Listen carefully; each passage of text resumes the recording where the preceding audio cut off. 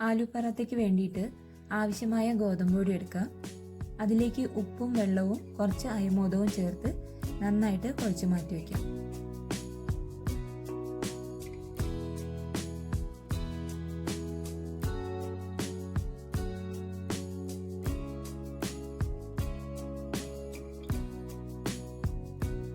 ആലു പറാത്തയ്ക്കുള്ള മാവ് റെഡി ആയിട്ടുണ്ട്.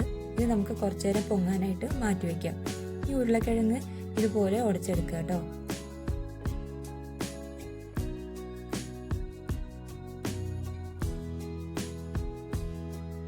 ഉരുളക്കിഴങ്ങിലേക്ക് ഇഞ്ചിയും വെളുത്തുള്ളിയും ചതച്ചത് ചേർത്ത് കൊടുക്കാം.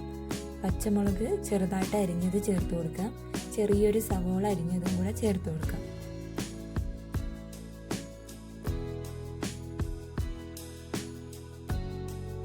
പിന്നെ ഇതിലേക്ക് ഇഷ്ടംപോലെ മല്ലിയില ചേർത്ത് കൊടുക്കാം കേട്ടോ.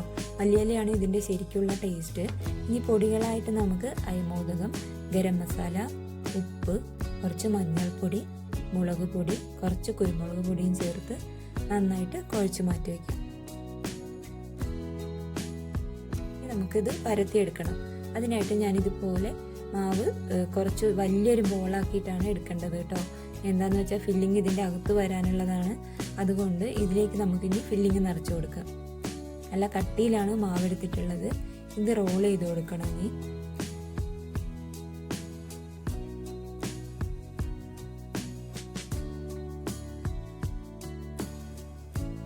ഇത്രയും വലുതായിട്ട് മാവെടുത്താൽ മാത്രമേ നമുക്ക് ഈ മസാലയൊക്കെ ഇതിൻ്റെ അകത്ത് കൊള്ളുള്ളൂ കേട്ടോ.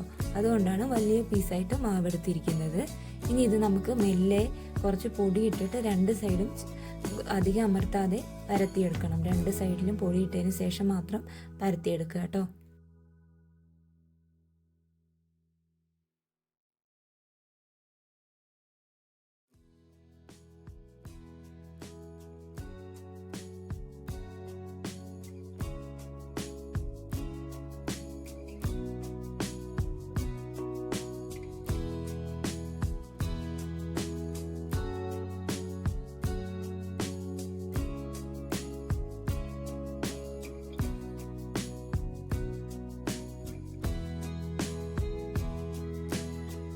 ഇതുപോലെ ഇരിക്കും.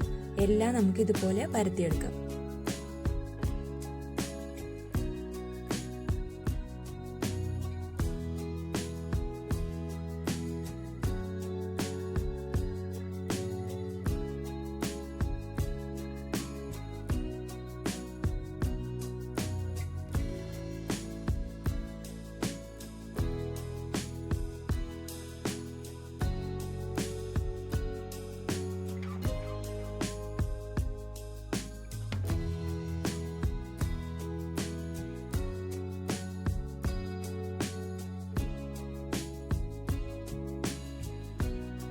എല്ലാം പരത്തി മാറ്റി വെച്ചിട്ടുണ്ട്. ഇനി നമുക്കിതുപോലെ ഒരു ദോശക്കല്ലിൽ നന്നായിട്ട് നെയ്യോ എണ്ണയോ ഒക്കെ ഒഴിച്ചിട്ട് വേണം ഇത് ചുട്ടെടുക്കാൻ കേട്ടോ. രണ്ട് സൈഡിലും അത്യാവശ്യം നന്നായിട്ട് എണ്ണയൊക്കെ തേച്ച് കൊടുക്കണം. ഇതിൻ്റെ ഉള്ളിൽ വെന്ത് കിട്ടാൻ വേണ്ടിയിട്ടാണ് അങ്ങനെ ചെയ്യുന്നത്.